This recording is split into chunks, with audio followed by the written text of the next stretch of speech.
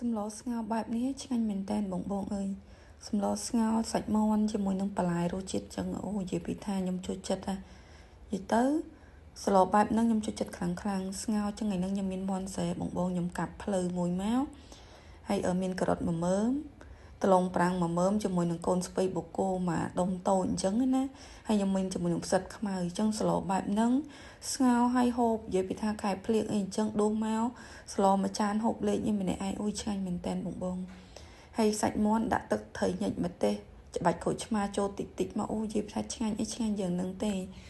បងអាចលោពីវិធីធ្វើម្ហូបមួយមុខនេះបានណាជាពិសេសបើបានមាន់ស្រែអញ្ចឹងទៀតស្ងោរទៅវាមានជាតិទេវាអត់ធំខានឆ្អាបអត់អីអញ្ចឹងណាហើយប្រើជាមួយនឹងម្រេចឲ្យច្រើនតិចមកខ្ញុំចូលចិត្តខ្លាំងបងលើនេះបន្លែគឺខ្ញុំបានចាត់រួចរាល់ហើយអញ្ចឹងចាប់ផ្ដើមទៅ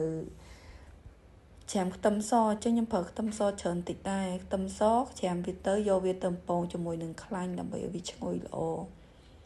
ផ្នែកបន្លែផ្នែកសាច់គឺរួចរាល់ទាំងអស់ហើយចាប់ដើមដាក់ឆ្នាំងឲ្យក្តៅពងខ្ទឹមឲ្យឈ្ងុយសិនដាក់សាច់មាន់ចូលមកនៅពេលរាល់ពេលដែលខ្ញុំដាក់សាច់ចូលពងអញ្ចឹងគឺខ្ញុំតែងតែដាក់ជាមួយទឹកត្រីចូលដើម្បីកុំឲ្យវាស្អិតពិបាកកូរវិធីនេះគឺធ្វើទៅមួយទៀតដាក់ស្ករសក៏បានដែរបងធ្វើអញ្ចឹងទៅគឺវាអត់ស្អិតជាប់ឆ្នាំងពិបាកកូរឲ្យស្រួលកូរអញ្ចឹងណាបន្ទាប់មកចាំយើងបន្ថែមជាមួយនឹងគ្រឿងទេសផ្សេងទៀតអញ្ចឹងទៅម្សៅស៊ុបស្ករវាចេញតាមចំណង់ចំណូលចិត្តប៉ុន្តែសម្រាប់ស្ងោរហ្នឹងគឺចោលអត់បានហ្មងគឺម្រេចបងដាក់ឲ្យកាន់តែច្រើនកាន់តែឆ្ងាញ់ចុះបងចូលចិត្តធ្វើស្ងោរដោយវិធីណាដែរសម្រាប់ខ្ញុំគឺខ្ញុំចូលចិត្តធ្វើបែបហ្នឹងបន្ទាប់ពីដាក់គ្រឿងក្រូវកូរច្បល់ហើយកុំឲ្យខ្លោចខ្ញុំចាក់ទឹកសយើងបន្ថែមចូលបន្តិចណាបងដើម្បីរងាស់វាចោលដែរអញ្ចឹងណាបន្ទាប់មកចាប់ផ្ដើមដាក់ជាមួយនឹងឆៃថាវចូលអារម្មណ៍ទៅណាទេបងដាក់ការ៉ុតនិយាយឆៃថាវសង្ស័យស្លហ្នឹងខ្វះឆៃថាវហ្មងហើយខ្ញុំដាក់ផ្សិតចូលជាមួយគ្នាដែរអញ្ចឹងដោយសារផ្សិតហ្នឹងខ្ញុំបកកតុងទូកកទេបន្ទាប់ពីនេះហើយខ្ញុំបន្ថែមជាមួយដលងប្រាំងដោយសារដលងប្រាំងវាឆាប់ផុយដែរឆាប់រលួយដាក់ទឹកមកល្មមស្លយើងពុះឆ្អិនទៅបានដែរបងលើនេះខ្ញុំចាប់ផ្ដើមរងាស់ចោល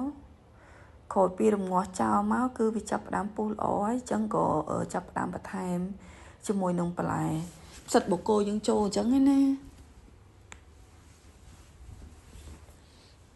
ខ្ញុំបន្ថែមម្រេចចូលតិចទៀតដោយសារខ្ញុំភ្លក់ទៅវាស្ទើរហឹលតិចខ្ញុំចូលចិត្តម្រេចឲ្យគល់ខ្ទឹមអីបងវាបញ្ចូលអញ្ចឹងមករងាស់ចោលមកស្ទុះទៀតមកបន្ទាប់ពីរងាស់ចោលមើលទៅថាឆ្អិនល្អហើយចាំយើងបន្ថែមជាមួយនឹងផ្សិតដាក់ចូលអារម្មណ៍ទៅណាទេបងថ្ងៃហ្នឹងខ្ញុំនិយាយទៅរៀងខុសច្រើនណានេះដាក់ជាមួយនឹងកូនស្ពៃបូកូចូលចុះឥឡូវនេះស្លោឆ្អិនណាបងអើយនិយាយពីថារសជាតិ9 លើ 10បងចឹងបងកុំភ្លេចសាកបងធ្វើណាអរគុណបងសម្រាប់ការស្រឡាញ់ជួយចិត្តការមើលវីដេអូតាំងពីដើមដល់ចប់អរគុណសម្រាប់ពាក្យ comment ល្អនិងការ share ចែករំលែកនៅវីដេអូរបស់បងអរគុណបងជូនពរបងសុខសប្បាយរកទទួលទានមានបានទាំងអស់គ្នាណាអរគុណច្រើនហេង